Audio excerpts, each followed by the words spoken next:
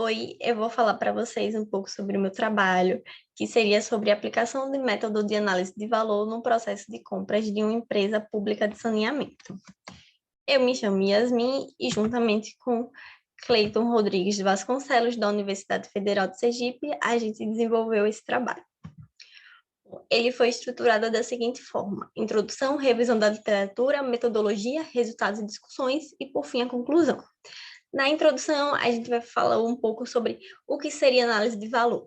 A análise de valor nada mais é do que um conjunto de técnicas que identificam as funções necessárias para desenvolver e melhorar novos produtos e processos através da redução de custos.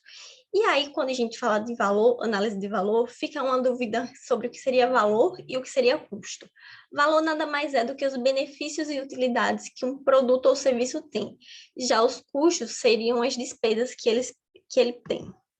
E aí, na revisão da literatura, a gente falou um pouco sobre o método Muji, que nada mais é do que uma diagramação onde você vai avaliar as atividades uma com a outra.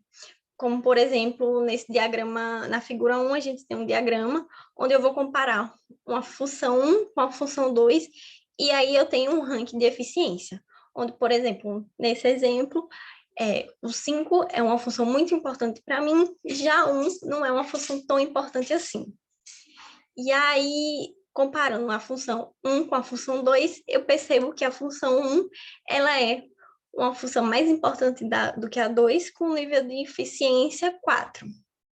Feito isso, a gente vai fazer a classificação do índice de valor, onde a gente vai ter atividades com um valor ótimo, um valor adequado e um valor crítico. As atividades com valor crítico são aquelas que a gente deve atacar, porque são as que têm o maior custo para a atividade.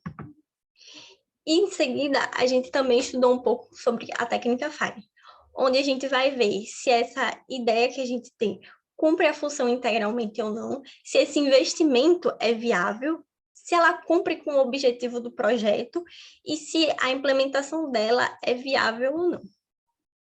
Na metodologia do artigo, a gente fez um estudo em uma empresa pública de saneamento, aqui no estado de Sergipe, onde a gente analisou 62 processos eletrônicos de pregão no ano de 2019, através de entrevistas também, e feito isso, a gente fez um mapeamento de todo o processo. Quando a gente fez o mapeamento do processo, a gente percebeu que o processo passava por vários setores, e nem todos os setores eram tão importantes assim. Por isso, com a conversa com o pessoal, a gente chegou à conclusão de escolher alguns setores para estudar, que seriam setores críticos. Feito isso, a gente classificou os setores, viu quais seriam as funções, classificou as atividades, em principal, secundária, útil, essencial, acessório, desnecessário, e viu quais eram o custo dessa atividade. Quando a gente fez isso, a gente também chegou na classificação das funções em relação ao seu índice de valor. Como, por exemplo, nessa primeira atividade, que a gente pega aqui, por exemplo, da SECOM com o código A, a gente viu o seu custo, a sua porcentagem de custo, sua porcentagem de importância. Sua porcentagem de custo, a gente fez o quê? Pegou o valor da função que a gente descobriu, dividiu pelo valor médio dos processos e multiplicou por 100.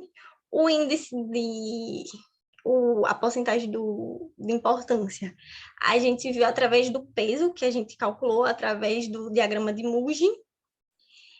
E aí, feito isso, a gente descobre seu índice de valor, se ele e classifica ele em ótimo, adequado ou crítico. Quando a atividade... E aí a gente percebeu o quê? Que 50% das atividades eram funções ótimas, 33% eram funções críticas.